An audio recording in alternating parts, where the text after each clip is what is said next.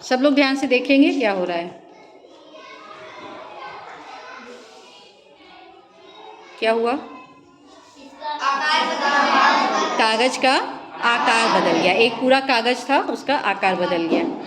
कोई नया पदार्थ बना? कुछ भी? कोई नया पदार्थ बनकर तैयार हुआ है? नहीं तैयार हुआ है। अब देखें अब क्या होता है, इसको खोलें। क्या ये पहले जैसा हो गया?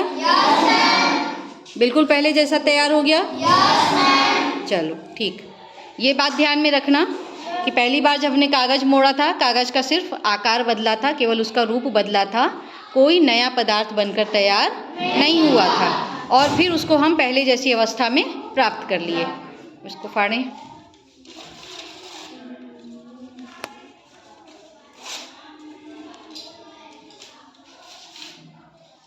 फट गया?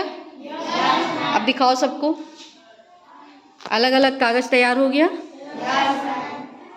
तो क्या अब ये नया पदार्थ बना? नहीं बना ना? क्यों? नया पदार्थ बना? नहीं बना। तो क्या हुआ? केवल इसका आकार बदल गया और इसका रूप बदल गया। ठीक है, इसको हम पुनः प्राप्त कर सकते हैं।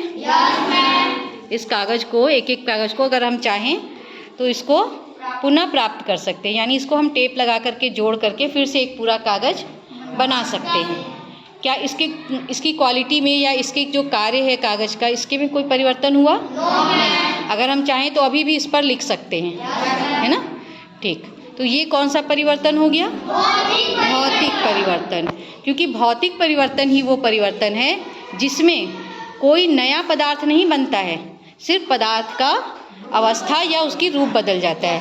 अवस्था मतलब ठोस से द्रव हो जाए या द्रव से ठोस हो जाए। ठीक है, जैसे मोम को पिघलाते हैं तो मोम पिघल करके द्रव अवस्था में आ जाती है ना, तो वो अवस्था और इसमें आकार।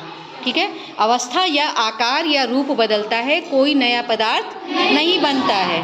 ठीक है, ठीक। अब देखो, इसी कागज को अगर हम जला देते हैं, जलाओ।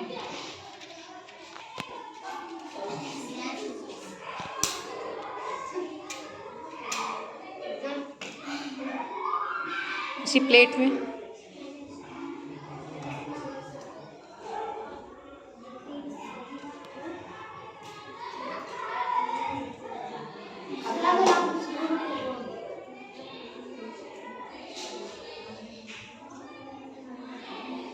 कागज जल रहा है। इसमें से क्या निकल रही है? ज्वाला, आग है और धुआं भी है। बस बस, ज़्यादा नहीं जलाओ, बस। धुआं भी निकल रहा है ना, यानी इसमें एक से अधिक पदार्थ बन रहा है। देखो, अब ये राख बनकर तैयार हो गया।